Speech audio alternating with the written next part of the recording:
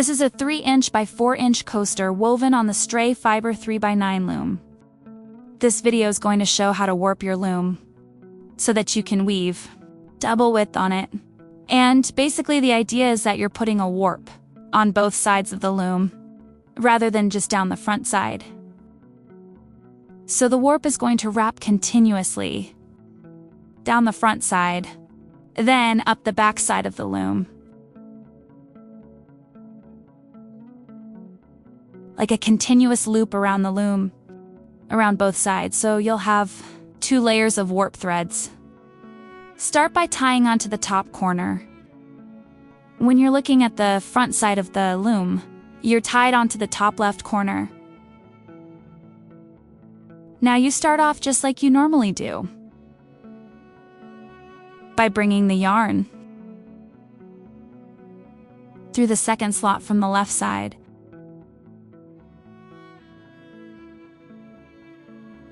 And then you come straight down to the second slot at the bottom. Instead of wrapping around the peg though, you'll flip the entire loom over and bring it up the back side. Now here's where you just brought the yarn in. From the top corner, it was coming in through this second. Now you're going through the third, but on the back instead of the front. And now flip it over back to the front side of the loom. So you're coming out through the third. Bring it straight down again to the third on the bottom. And flip and travel up the back side. And now from here, it is basically the same as you would normally warp. You're just following the slots. But you're bringing it up the back side of the loom instead of up the front. So it's creating this double warp.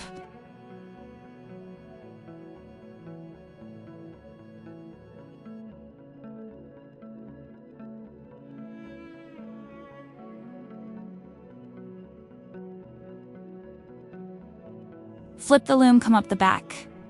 If you get confused, the back side is the side that has the knot on it.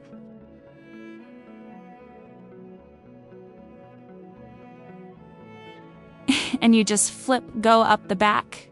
Flip, go down the front. You're bringing it down the front. Up the back. There's still just 1 warp thread in each slot. But 2 layers.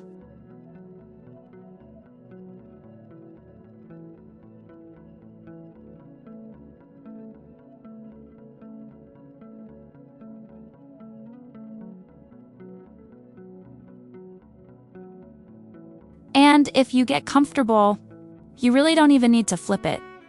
You can just wrap around.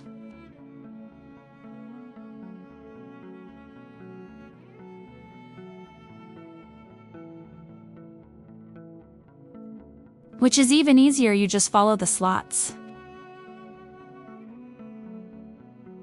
You're wrapping around the entire loom instead of around the peg. Now you stop at the second to last slot at the bottom.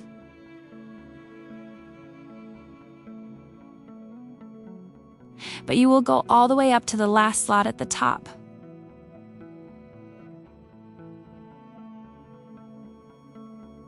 To get that last warp thread traveling up the back. Just make sure that you have 14 warp threads on the front side.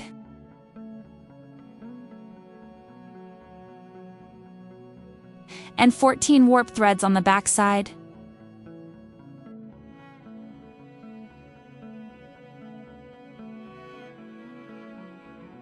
The front and the back look slightly different because the back is offset 1. So the back side ends on the last slot. But the front side The last warp thread is in the second slot from the edge. And then you just tie it off like normal. I like to wrap it around the frame a few times, because you can lose tension while you're tying.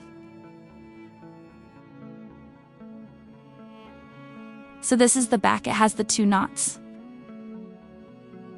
This is the front. And then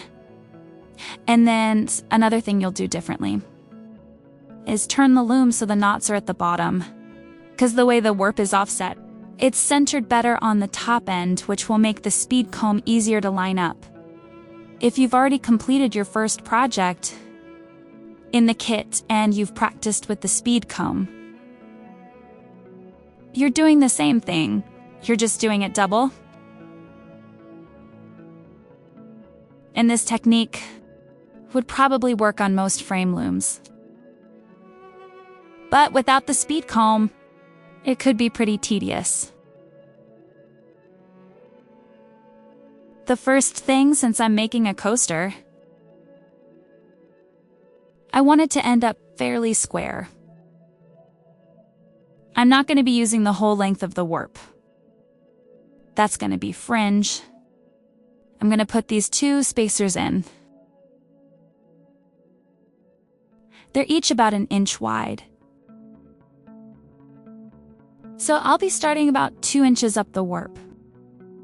You could make yours whatever width you want, depending on how much fringe you want. So I'll start the first one. Under, over, under. And then the next spacer will go in alternating to that. So over, under. Over, under. And this is only going through the top layer of the warp.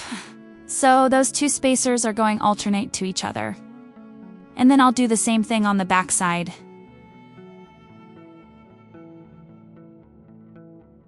This is the back side of the loom, where I've got my knots tied. And since I'm doing a hem stitch, I'm going to start on the back side here.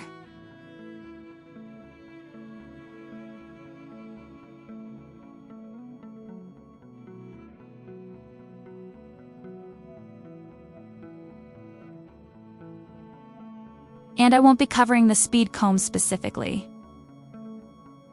You'll want to already know how to use that from learning how to use your kit. But I am in the left position, because I'm going from the right to the left again, on the back side of the loom.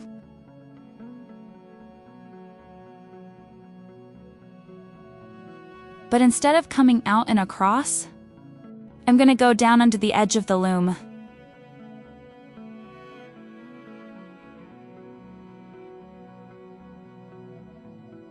As you see, the yarn is not going over the loom. It's going behind it. I'm going to be doing a hem stitch. And since I'm doing double width, I want to leave myself an even longer tail. At least 8 times the width of the loom.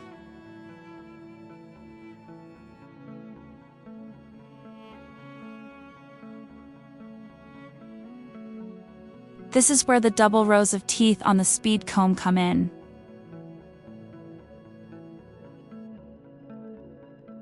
You'll be working with 1 set on the back side.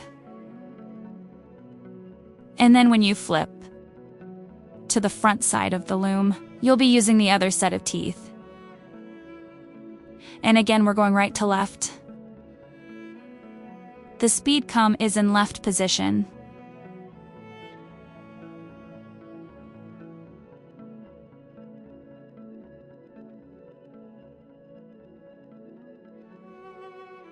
You see the yarn is wrapping around the warp, not around the edge of the loom.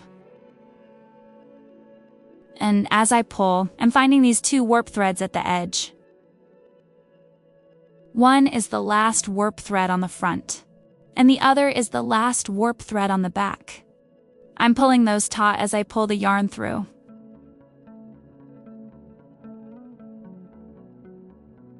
And that's going to pull it tight against the back warp thread here.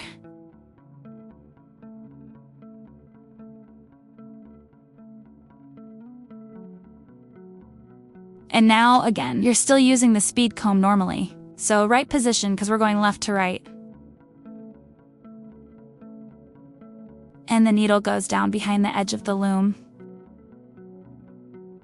finding the two end warp threads.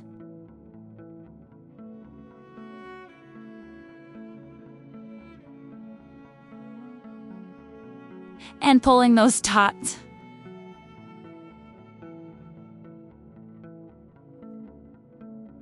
Flip the loom over so you're at the back side again.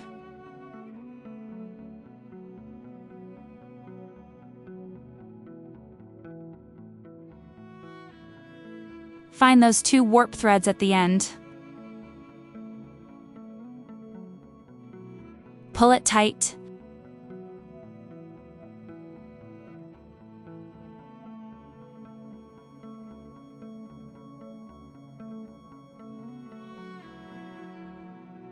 And just make sure you bring the yarn behind the edge of the loom.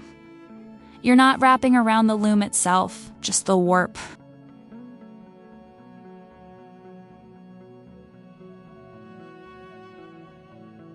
Then flip over to the front side again. You're weaving the same way that you made your bookmark. You're just doing it on both sides of the loom. You're doing it on the front and the back warp.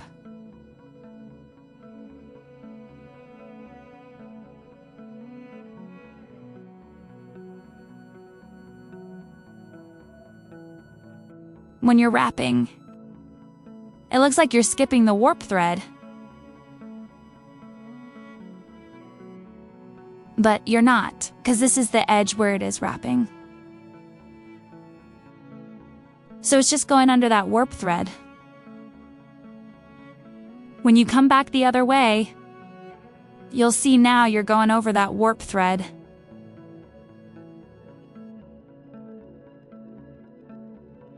What you will start to see happening when you're looking at the front of the loom, the left side is open and is not connected. But the right side is connected as one continuous piece. So that's what's giving you the double width, rather than two separate pieces. That's all there is to it. You will just keep doing this until you get to your desired length. So one trick is to tie something on the edge. That is the wrapping edge. So you don't get confused which way you're working. You don't accidentally start connecting on the wrong edge. If you're going towards the edge that has the tie on it, that means you're going behind the frame.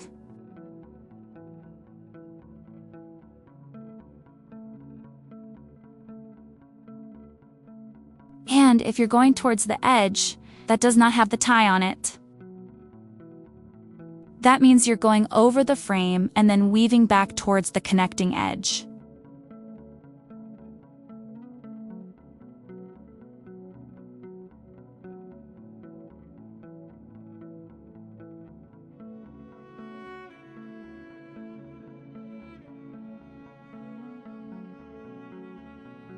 Now when you run out of yarn,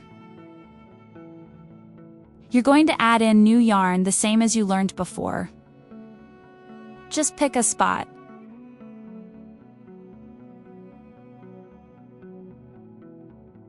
Pull it through to the back like that. Let it just fall down between.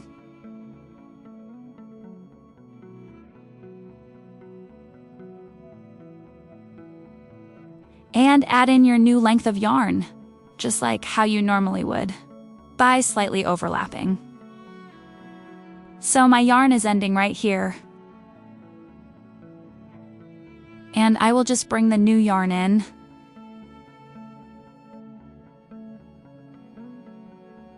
And it will just overlap a little.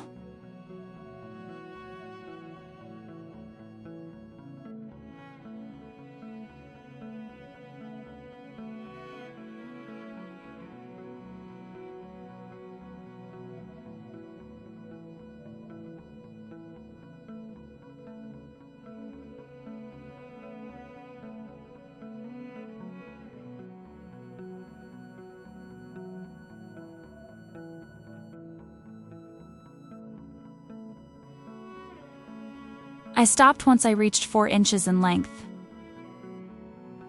Then I finished the edges with a hem stitch. If you need a refresher on hem stitching, refer back to the video that came with your kit. When you get to the wrapping edge, be careful to only go through one layer of the warp, as you hem stitch the last 2 warp threads on this side.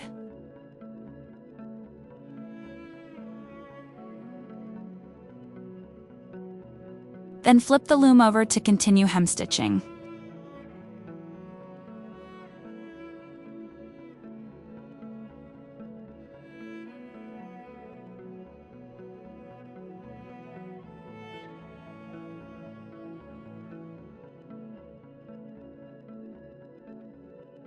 After hem stitching, cut your project off the loom, leaving a long fringe.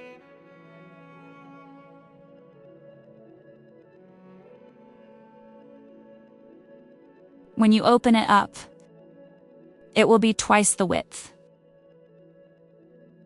And you'll have long fringe that can be trimmed to your desired length. This piece is 3 inches wide by 4 inches long, not including the fringe.